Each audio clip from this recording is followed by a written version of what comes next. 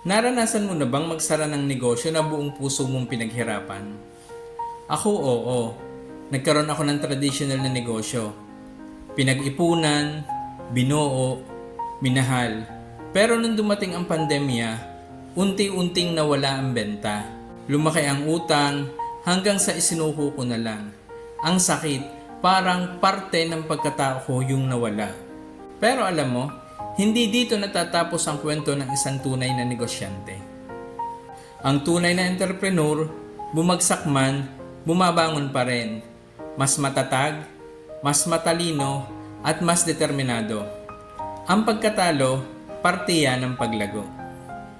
Kung isa ka sa mga negosyanteng gustong bumagong muli, may posibleng paraan na mas simple, mas guided, at mas mababa ang risk. Comment ka lang below or message mo ako. Tara, tulungan kita. Let's grow together.